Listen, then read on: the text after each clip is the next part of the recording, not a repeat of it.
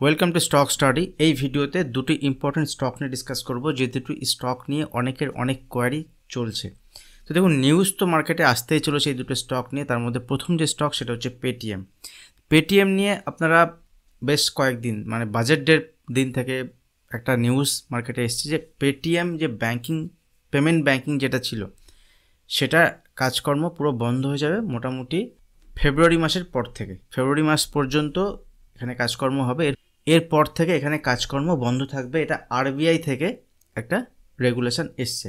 পেটিএমের যে স্টক মার্কেটে এনলিস্টেড আছে 197 কমিউনিকেশন লিমিটেড নামে, সেই স্টকের আমরা প্রথম দিনে 20%, তারপরের দিন 20%, তারপরের দিন 10%, সেবি থেকে ন্যাশনাল স্টক এক্সচেঞ্জ থেকে এর যে লিমিট সেটা 20% থেকে 10% করা হয়েছে, যে একদিনে কতটা মুভমেন্ট হতে পারে সেটা।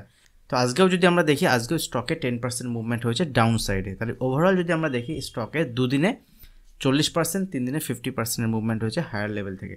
তো এখান থেকে স্টকে কি করা যেতে পারে, দেখুন কিছু কেস এখানে এসছে। এবং এই স্টক যদি আমরা দেখি 2022 সালেও কিছু রুলস রেগুলেশন অ্যাভয়েড করেছিল, কিছু রুলস রেগুলেশন মানেনি, চায়নার কিছু ইনভেস্টারের সঙ্গে যোগাযোগ ছিল, এই সব কারণে কিন্তু এই স্টক আগেও আমরা দেখেছি একটা ফল আসতে। এবং এখনকার সময়েও যদি দেখি, এখানে পেটিএম পেমেন্ট ব্যাংকের, দেখুন যখনই কোনো ব্যাংক চলে, সেই ব্যাংকের রিজার্ভ ব্যাংকের কিছু রুলস রেগুলেশন থাকে যেগুলোকে মেনে চলতে হয়। পেটিএমের ক্ষেত্রে দেখা গেছে রিজার্ভ ব্যাংকের যেসব রুলস আছে, সেই রুলসকে অমান্য করে তারা এমন কিছু কাজ করেছে যেগুলো গ্রাহকদের ক্ষতি হতে পারে, এখানে যে কাস্টমার, যারা রিটেল কাস্টমার যারা আছে তাদের ক্ষতি হতে পারে, সেজন্য কিন্তু এখানে স্থগিত আদেশ দেওয়া হয়েছে। তো এই স্টকে আমার ভিউ কি, যদি এখান থেকে স্টকের ক্ষেত্রে দেখি, এই স্টকে আমার কোনো পজিশান ছিল না, এখনও নেই। তো যদি এই স্টকে নর্মাল ভিউ থেকে দেখি, দেখুন স্টকের এখান থেকে আপনারা দেখতে পাচ্ছেন না, কিন্তু এখানে যদি দেখি প্রথম দিন, এটা হচ্ছে প্রথম দিনের মুভমেন্ট 608, তারপরের দিন যদি আমরা দেখি 485, তারপরের দিন আজকে 436, 440-এর কাছে। যদি উইকলি ক্যান্ডেল দেখি, দেখুন উইকলি ক্যান্ডেল এখানে দেখতে পারবেন যে উইকলি বেসিসে পেটিএমের উপরের লেভেল থেকে, যে লেভেল থেকে ফল হয়েছিল, ওই লেভেল থেকে 40%-এর মতো ফল দেখাচ্ছে, ঠিক আছে, হায়ার লেভেল থেকে। তো এখান থেকে পেটিএমের স্টকে কি করা যেতে পারে, দেখুন সাপোর্ট লেভেলের কাছে রয়েছে, অনেকের মনে হচ্ছে এখান থেকে সাপোর্ট লেভেলের কাছে রয়েছে। বাট যে স্টক এরকম রুলস রেগুলেশন নিয়ে প্রশ্ন ওঠে, যে স্টকে বড় প্লেয়াররা পালাচ্ছে, বড় বড়, দেখুন মার্কেটে যখন ওপেন হচ্ছে পেটিএমের, তখন ওপেনিং প্রাইসেই কিন্তু একদম লোয়ার সার্কিট মারছে, সেখানে যারা ছোট প্লেয়ার তাদের এখান থেকে বের হবার কোনো রাস্তা নেই। তো এই স্টক থেকে দূরে থাকাই ভালো আপাতত। ইয়েস ব্যাঙ্কেও একটা সময় এরকমটা হয়েছিল, অনেকের মনে হয়েছিল এই সাপোর্ট লেভেল এখান থেকে বাউন্স আসতে পারে। দেখুন যদি উপরের দিকে মুভমেন্ট হয়, আগামী দিনে প্রাইস প্যাটার্ন তৈরি হয়, সেক্ষেত্রে নতুন করে এন্ট্রি করা যেতে পারে। বাট এই মুহূর্তে এত নিউজ ফ্লোর মধ্যে এখানে আমি পার্সোনালি এন্ট্রি করা প্রেফার করব না। এখানে আমি কোনো এন্ট্রি করছি না। স্টকে 40% ফল হয়েছে, উপরের লেভেল যদি দেখি তাহলে উপরের লেভেল থেকে তো অনেকটা ফল হয়েছে। কারণ পেটিএম যখন প্রথম এনলিস্ট হয়েছিল স্টক মার্কেটে, তখন এর প্রাইস ছিল কত, 2000-এর কাছাকাছি। সেখান থেকে স্টক নিচের দিকে মুভমেন্ট হয়েছে 440 একবার। এটা যদি আমরা দেখি অল টাইম লোয়ের কাছে ট্রেড করছে, 52 উইক লোয়ের কাছে ট্রেড করছে। তো স্টকে এই মুহূর্তে এন্ট্রি করার কোনো প্রশ্ন আমার দিক থেকে নেই।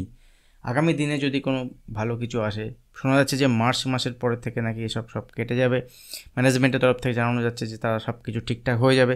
তো যদি হয় সেক্ষেত্রে তখন ভাবা যাবে। এছাড়াও স্টক মার্কেটে মোর দ্যান 5000 স্টক আছে, সেই স্টকগুলোর উপরে ফোকাস রাখাই ভালো, সেগুলোতে কেনাবেচা করা যেতে পারে। এর সঙ্গে সঙ্গে জিও ফিনান্সিয়াল সার্ভিসেস বলে একটা স্টক আছে, যেটাও মার্কেটে গতকাল বা আজকে একটা নিউজ এসছে এরকম, যে পেটিএম ওয়ালেট যেটা আছে ওটা জিও ফিনান্স ওটাকে ইউজ করবে, ওটাকে জিও ফিনান্স কিনে নেবে, এরকম একটা নিউজ কিন্তু মার্কেটে এসছে, যার ফলে জিও ফিনান্সে একটা মুভমেন্ট হচ্ছে। দেখুন জিও ফিনান্সের ব্যাপারে, যখন জিও ফিনান্সের আইপিও এসেছিল ফার্স্ট টাইম, যখন এর দাম ছিল 260-260-র কাছাকাছি, সেই সময় আমি আপনাদের সঙ্গে শেয়ার করেছিলাম যে জিও ফিনান্সের নিচে এলে এখান থেকে 200-220-র কাছাকাছি আমি বাই করব। আমি ডাইরেক্ট ভিডিওতে শেয়ার করেছিলাম যে আমি পার্সোনালি বাই করবো, আমি করেছিলাম বাই।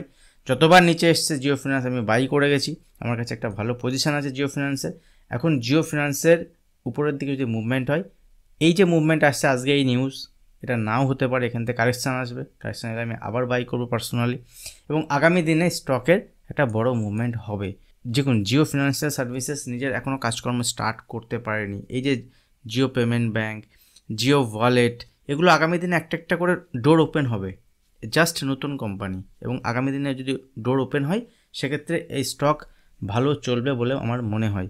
সেক্ষেত্রে আমি স্টকে ইনভেস্ট করেছি এবং আগামী দিনে যদি ফল হয় সেক্ষেত্রে আরও ইনভেস্ট করবো এবং ছোটো ছোটো কোয়ান্টিটিতে আমি এখানে অ্যাকুমুলেট করতে থাকবো। এটাই আমার ভিউ জিও ফিনান্সিয়াল সার্ভিস এবং পেটিএম নিয়ে। যদি ভিডিও ভালো লাগে, ভিডিও যদি আপনার জন্য হেল্পফুল হয়, অবশ্যই ভিডিওতে লাইক করবেন। আপনি লাইক করছেন মানে সাপোর্ট করছেন আগামী দিনে এই ধরনের ভিডিও বানানোর জন্য। আর যারা এখনও চ্যানেল সাবস্ক্রাইব করেনি, চ্যানেল সাবস্ক্রাইব করে বেল আইকন প্রেস করবেন। আজ ভিডিও এখানে শেষ করছি, দেখা হবে নেক্সট ভিডিওতে। ধন্যবাদ।